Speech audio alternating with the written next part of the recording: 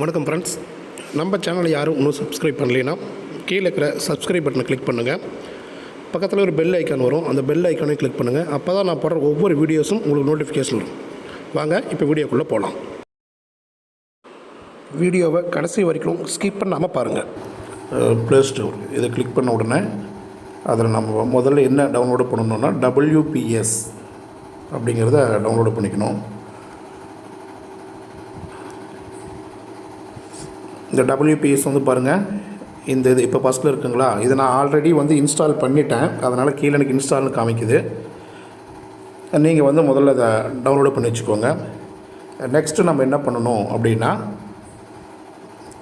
இதை ஒரு ப்ரௌசரில் போங்க. இதை ஒரு ப்ரௌசரில் போயிட்டு வானவில் ஔவையார் ஃபாண்ட் அப்படின்னு சொல்லி டைப் பண்ணுங்க.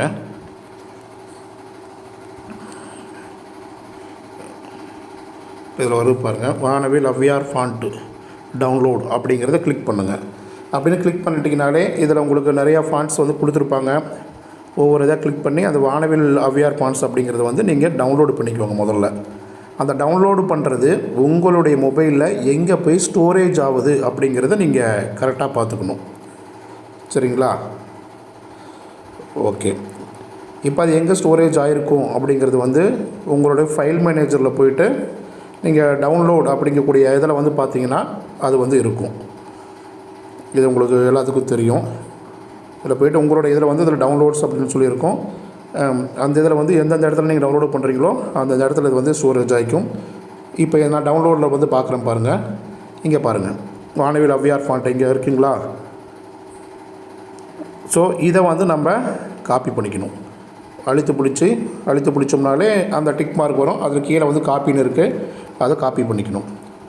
ஓகே. இப்போ அடுத்தது நம்ம முக்கியமாக என்ன செய்ய வேண்டியது அப்படின்னா, இந்த ஓப்போ மற்றும் விவோ மொபைலை பொறுத்த வரைக்கும் ஃபைல் மேனேஜரில் இந்த கேட்சி ஃபைல் அப்படின்னு சொல்லி ஒன்று இருக்கும்.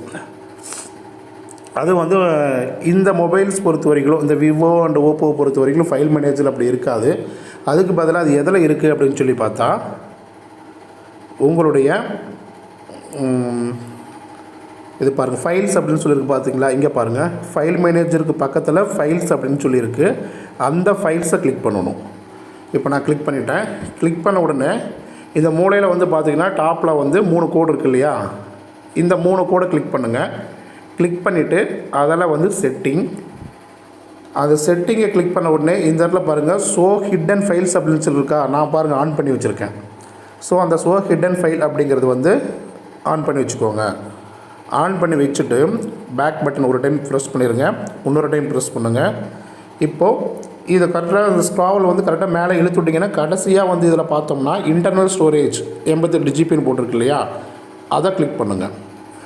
அதை கிளிக் பண்ண உடனே இப்போ கேட்சி ஃபைல் வந்து நம்ம ஹிடன் ஃபைல்ஸ் வந்து ஆன் பண்ணதுனால இப்போ நிறைய தேவையில்லாத ஃபோல்டர்ஸ் வந்து நிறைய ஓப்பன் ஆன மாதிரி இருக்கும்.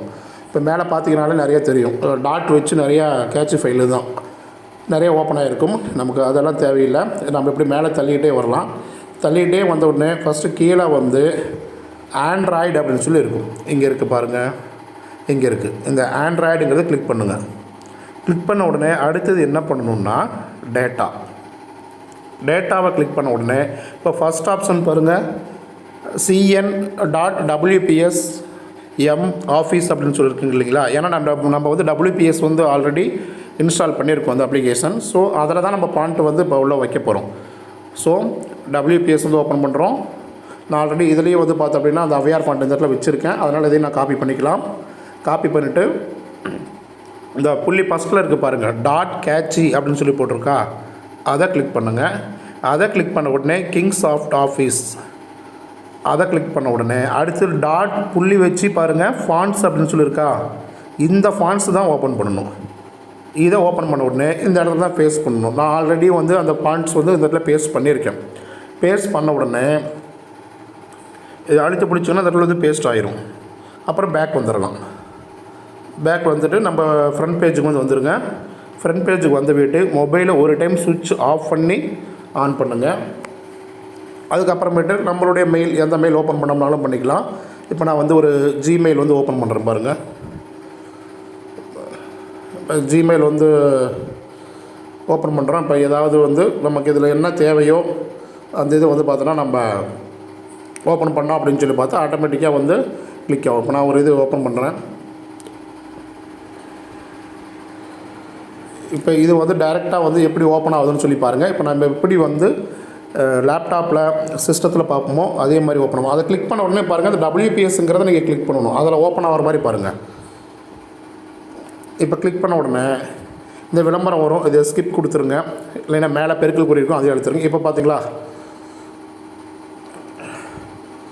இப்போ வந்து பார்த்தீங்கன்னா பாருங்கள், நான் அதை அப்படியே இந்த நம்மளுடைய சிஸ்டத்தில் வந்து எப்படி ஓப்பன் ஆகிறோமோ அதே மாதிரி இதில் வந்து ஆகிருக்கும்.